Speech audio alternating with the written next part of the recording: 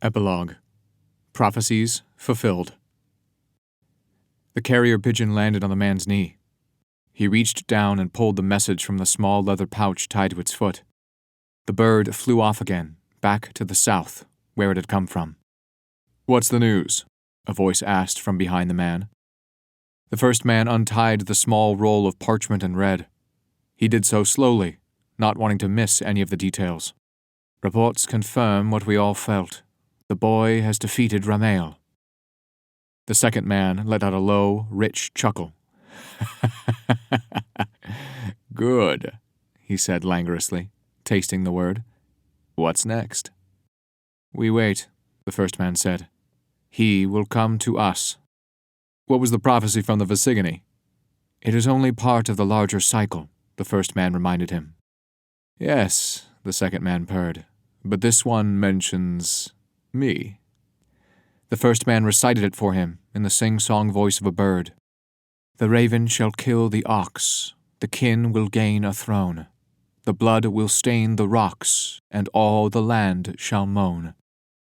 But once the veil falls, and after the castles crumble, the raven for his vengeance calls, and over his pride will stumble. The sword shall be reclaimed, the fruits of empire sour, but once the lion shakes his mane, so ends the raven's power." The second man laughed, a long, rolling sound that sent pleasant vibrations through the first man's skin as he turned to walk away, his boot heels clicking on the stone floor of the aviary. A woman stood up abruptly from a chair in the corner where she had been sitting. Green lines ran along her neck and hands, slowly pulsing as she walked after the second man, undulating with each step.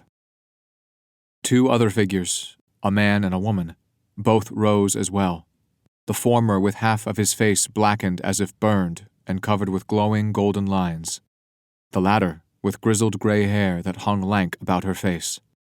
"Well, that was fun," said the burned man. "I've always enjoyed sitting in drafty stone bird cages, but pray tell, why were we invited to this again?" "Hush," said the gray-haired woman. She bared her teeth at him in annoyance. "Would you rather they had left us out?" "No," said the smaller man. "I'd rather they'd left us alone. I'd rather they left everything alone. This world is full of pleasant distractions, and there's no need to change it. They meddle. Too much. They always have. Not all of us can depend on luck to make things turn out in our favor," said the first man, still seated, with a message held lightly in his hand. He turned a single, piercing blue eye on the shorter man, whose golden eyes were laughing back at him, mocking him. "And not all of us have your appetite for pleasant distractions." The golden-eyed man snorted, and then turned to leave. The gray-haired woman followed him, with a slow, loping walk, but stopped at the door and turned back. "I do not approve of this plan," she growled to the first man. "I do not think Mother would approve of it either." "Mother knows of it," said the first man. "She was the one who told me to gather the children. Do not underestimate her.